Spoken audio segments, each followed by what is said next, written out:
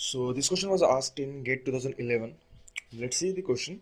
An application loads 100 libraries at startup.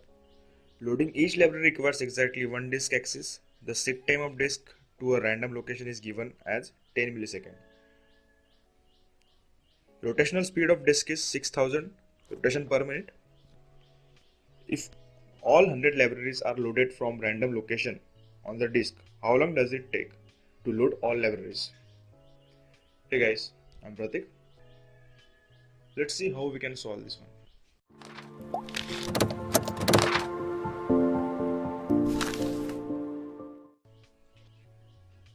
So as always, before solving any question, first we have to note down that what is given in the question first. So let's see what is given in the question. So they are saying that there are 100 libraries and the seek time is 10 milliseconds.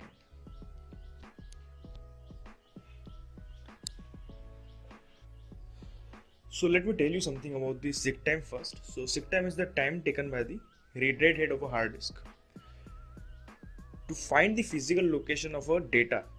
Suppose we are accessing a particular data and the time taken to find that piece of data or the physical location of that data on the hard disk, the time taken for this is called seek time.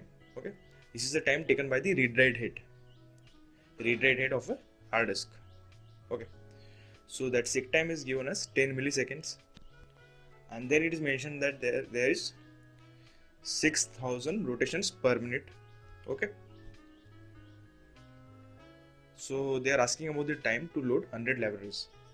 So before finding out time for the 100 libraries, let's find out the time for the single library, that how much time it will take. Okay, so time for one library, we can say that time for one library is seek time plus latency time plus transfer time. But in this case, it is mentioned that transfer time is neglected, so we doesn't need to consider that transfer time here. Okay, and the time for one library, or we can say that it is a time for the single sector.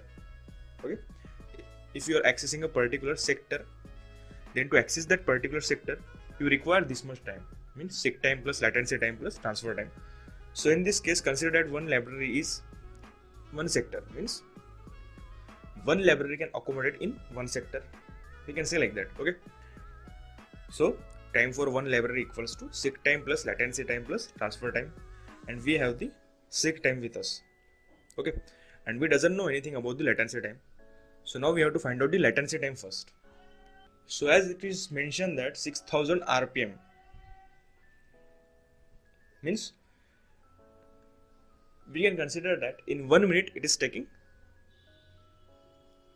or we can say that in 1 minute it is performing 6000 rotation. Okay, so we can say that in 60 seconds it is performing 6000 rotation. So from this we can compute that a single rotation is performed in 60 by 6000 seconds. Okay, also the time for one rotation or single rotation is 1 by 100 seconds, and latency time is r by 2. We now have the r, means it is a time for the single rotation. Okay, so from this we can find out the latency time. So latency time equals to r by 2, and when we solve this we will get 5 milliseconds. Okay, so now we have the seek time and now we have the latency time also. So let's put all this information into the formula which we have. Okay, so 10 milliseconds plus 5 milliseconds, which is equal to 15 milliseconds. Okay, so for one library it is taking 15 milliseconds, but we have to find out the time for the 100 libraries. So for 100 libraries it is equal to 100 into 15 milliseconds, which is equal to 1500 milliseconds, and when we convert this in seconds we will get 1.5 seconds. Okay, so the option B is the correct answer.